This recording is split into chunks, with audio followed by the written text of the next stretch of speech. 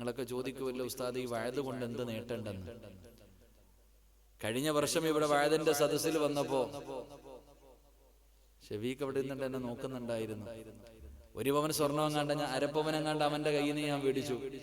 പക്ഷെ ഇപ്പുറത്ത് നിന്നൊരു മാല വന്നിട്ട് ഞാനിങ്ങനെ മാല പൊക്കി കാണിച്ചപ്പോ ഷഫീഖ് അവിടെ നിന്ന് നോക്കുന്നു. നല്ല പരിചയമുള്ളൊരു മാല, കാരണം അവന്റെ പെണ്ണുമ്പിള്ളയുടെ കഴുത്തിൽ കിടന്നതാ.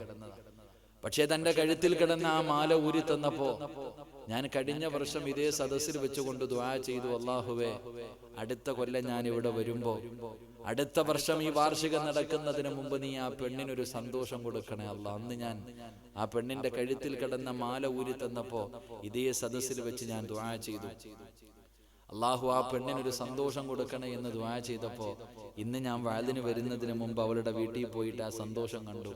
ഒരു ചെറിയ കുഞ്ഞിനെ അല്ലാഹു അവൾക്ക് കൊടുത്തു. അന്ന് മക്കളില്ലാത്തതിന്റെ പരാതി പറഞ്ഞിട്ടാ ആ പെണ്ണിന് അന്ന് വേണ്ടി അന്ന് ദുആ ചെയ്ത് പടച്ചവനെ മക്കളെ കിട്ടാനാ. ഇന്ന് ഞാൻ വീട്ടിൽ നിന്ന് ഭക്ഷണം കഴിച്ചു വന്നത് അവിടുന്ന് ആ കുഞ്ഞിനെ കണ്ട്. എന്താണ് എന്റെ പേര്? മിസ്സബ് അല്ലേ? സഹാബിയുടെ പേര്. അന്ന് മിസ്സബ് റളിയല്ലാഹു തആലാന്റെ ചരിത്രം പറഞ്ഞു. എന്തായാലും മിസ്സബ് എന്ന് പേരിട്ടു. അല്ലാഹു ആ പൊന്നുമോനെ, ആ സഹാബിയുടെ ഈമാൻ അല്ലാഹു കൊടുത്ത് അനുഗ്രഹിക്കുമാറാകട്ടെ.